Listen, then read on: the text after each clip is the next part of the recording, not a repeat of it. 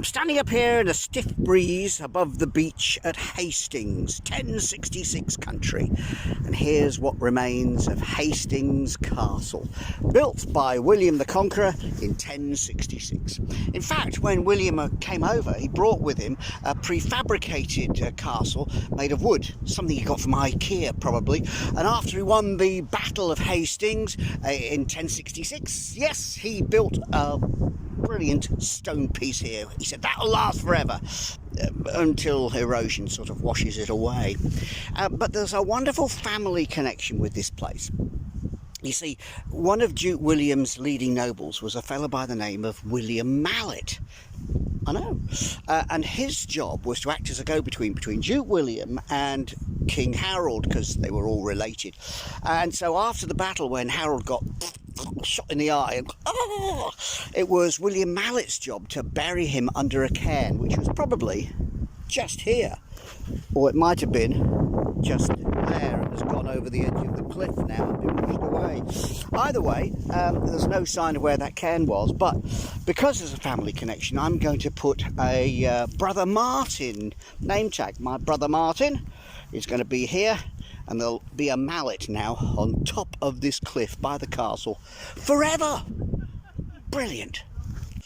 Now, there should be a spot for Martin to come in here. Oh, that looks like the place. There you go. No one will ever find you now. That's it.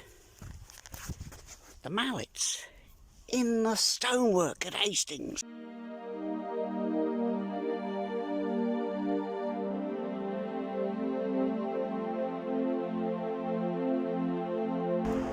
It's a beautiful spring morning. I don't think this could get any better, could it?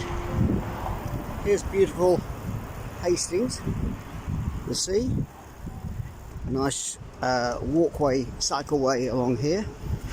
I'm having a really good day. This may look like a fire escape, but it's the only safe way down from the car park at Birling Gap to the seashore at the Seven Sisters. They're known as the Seven Sisters because there are 8 of them. Yeah, right. Anyway, I've been sitting here in the pebbles painting. I've been looking at this view and painting that in watercolours.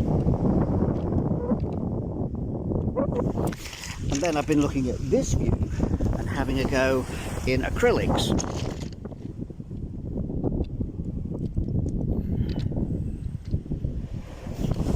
Now, the good news with watercolours and acrylics is they dry quickly. The bad news is they dry quickly. It's been interesting to try out different mediums with the different views. And now I've got to pack them all up and climb back up the fire escape to get on my bike. What I do like are the Seven Sisters. And my favourite one, all of them.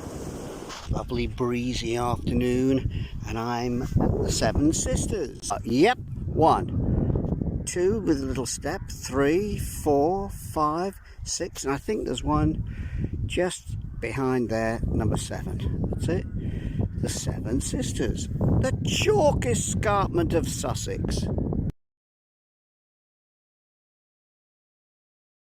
It's become one of the iconic views of Brighton. Yeah, the seafront. The seafront with its stunning pier. Here. But that's not the view that everybody wants to see. What we all come to see is this one. The ruined pier. It just looks majestic as a piece of ruined scaffolding, and here in this lovely sunshine today it looks absolutely stunning, and I think it's something to be celebrated. A wonderful ruin.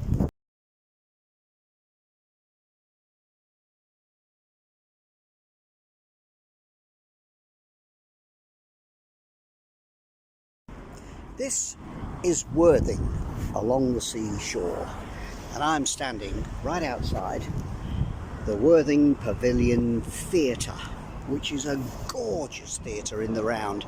I did a panto season here back in 2002 and absolutely loved it. You can see today there's a big Pantechnicon has arrived, and that's doing the get in. or the get out. It takes all day to do all that, and it's a really, well, you can see they're hard at work. Now, when I was living here, I had an apartment right on the seashore, and it was gorgeous to wake up every morning and see the sea. Somebody lent me a bike so I could cycle to work along this prom here. Really good in the depths of winter. Perfect. Opposite, there's a little cafe over there now called the Cowshed. When I was here doing panto, there was a place called Blue Pizza, and that's where we used to go for our meals between the shows or after the final performance. Now, the thing about the dressing rooms here at the Pavilion Theatre is that they're at the back of the theatre, on the pier itself, and when the tide comes in, the lower dressing rooms can get wet on a high tide or a big storm. That's where the dancers were. Poor dancers, did they get a bit soggy? They did once or twice. I'll tell you what, I love Worthing. I'm in Chichester Cathedral, and there's something unusual I want you to see. There's a wooden shack, the art of worship. Ooh, let's have a look. Now this is brilliant. This is a fantastic altarpiece being painted for a seminary where they train Catholic priests in Rome. And this is Martin. Hello. Martin's doing the hard work. And the thing is, what Martin's doing here is painting in a technique which is older than Leonardo's technique. So Leonardo painted in oil paint, but if you go back to a couple of hundred years before that, you get paintings done in tempera, which is this stuff. Now what you're looking at here is real pigments. So this gorgeous blue is very expensive. It's called lapis lazuli, and it comes from Afghanistan. Next to it, the red. Now that, you'll be delighted to know, is English red earth. The pistachio green, wow, what a great colour. That comes from this. What's that material called? It's malachite. Malachite, and it's really, really valuable. And it comes from where? It comes from Martin's garden. And next to it is white. In the olden days, that was lead white. I know, they don't use lead in paint anymore because otherwise it'll kill you to death. And it's all bound, not with oil, but with egg yolk. Is that really egg yolk? Yeah, it's egg yolk. Left over from your breakfast? Could be, yeah. We use the whites to make meringues, yeah.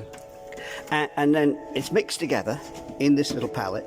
The colours are tested on the wall, and then it goes on here. Now then, can I have a go? Sure, Timmy, go for it. Be careful though. It's been a lot of work to get this far. Okay, so the thing with painting in tempera is that it's layers, really thin layers, and if you make a mistake, it's there forever. Forever. How's that? Is that all right, Martin? Bit thick to me. Bit thick? Yeah. Okay, well, can I wipe it off? Don't wipe it off. Okay, I'll leave that to you, but I'll just go a little bit there, a little bit there. And that's me painting a fantastic, beautiful altarpiece which will last forever. From that to this. This is a stunning, gorgeous mosaic actually being made at the moment by Jim. Yeah. And Jim's got his cutters and all these little fiddly pieces here, and every single bit has to be cut into precise shape. With a hammer. This hammer. You cut with a hammer as well. It's not quite a mallet, is it?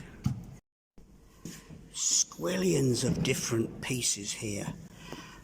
Any colour that you want. Right. Drop the hammer on.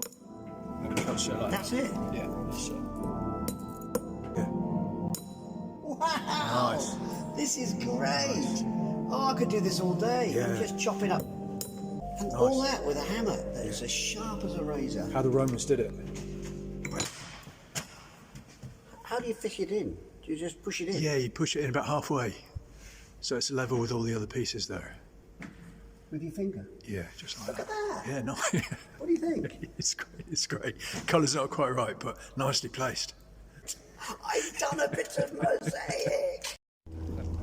I'm in Bosham on Chichester Harbour, This place reeks with history. It's got a connection with Harold and Duke William of Normandy. This is where Harold set sail for Normandy in 1064 and met Duke William. Of course, that meeting was to end in disaster 2 years later at Hastings. This is his local church.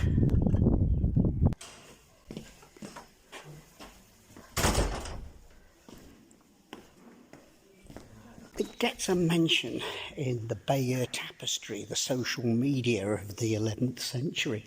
Here's the little copy of it up here, saying that Harold went to Bosham to set sail. It's amazing, isn't it? So when you look at this church, it's mainly Saxon and some Norman bits, but very likely Harold would recognise it.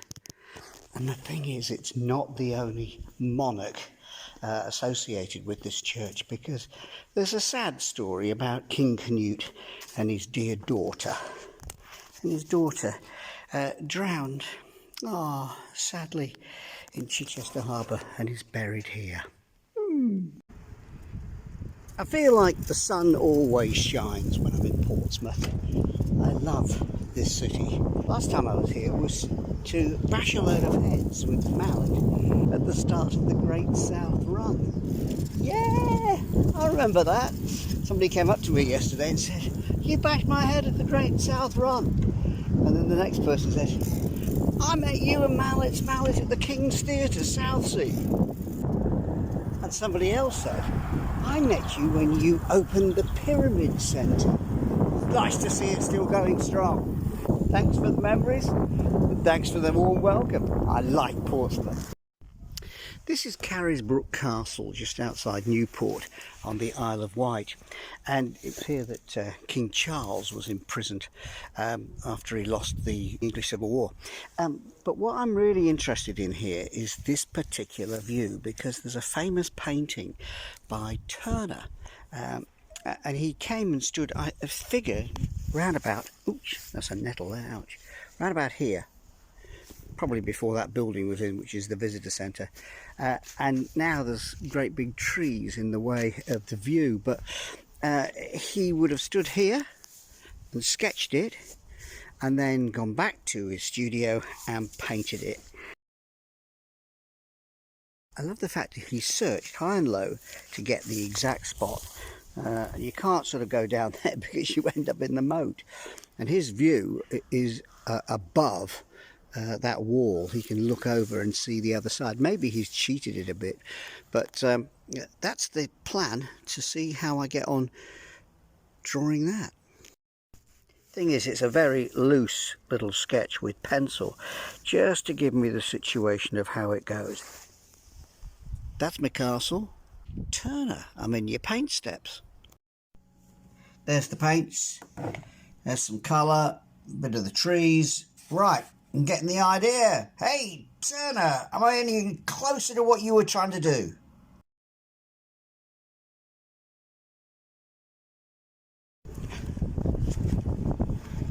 Over there's the Isle of Wight. Yeah, I know you can't see much, but that's where I was today, cycling across the Isle of Wight, and I've just got off the ferry at Lymington, and now I'm on this wonderful bit of landscape, which is, I suppose, the New Forest, the way it comes right into the sea, and it's a really delightful ride. This is known as Lymington Nature Reserve. You can see why. Yeah. I love cockles, and this Poole Harbour is one of the best cockling sites in the whole of England. Look, here they are. They're just waiting to be picked up. Yep. Got lots. I'm going to have a feast here. Yay! This lovely gorse and scrubland, this is the track of Cycle Route 2. I've come off the road now, having crossed the ferry at Studland, and I'm looking over here to the Purbeck Hills in the distance, and that, of course, is the start of the hilly West Country, 600 miles as part of 2 weeks of up and down and up and down. And that all starts next. Yep, I'm on a mission. Searching high and low. It must be around here somewhere. Just a moment. Where do artists get their inspiration? I always think this is fantastic, to think that somewhere an artist has been and thought that's a good view to paint. So this is Challow Farm here, just outside of Corfe Castle, and 200 years ago Turner stayed here, and he looked out the window one day and this is what he saw. Corfe Castle. That, by the way, this lovely woodlander's hut is now rentable. You can stay there. There's a B&B. But look at this. Here's Turner's view. So he stood right here and painted that, and you can see the painting that Turner did in the Tate. If you want to see what I'm going to do, you'll have to wait. You always get a better view of these things without tree cover. Ooh, that would make a nice painting. I wonder if Turner ever walked up this pathway and turned around and said, yep, that's my image.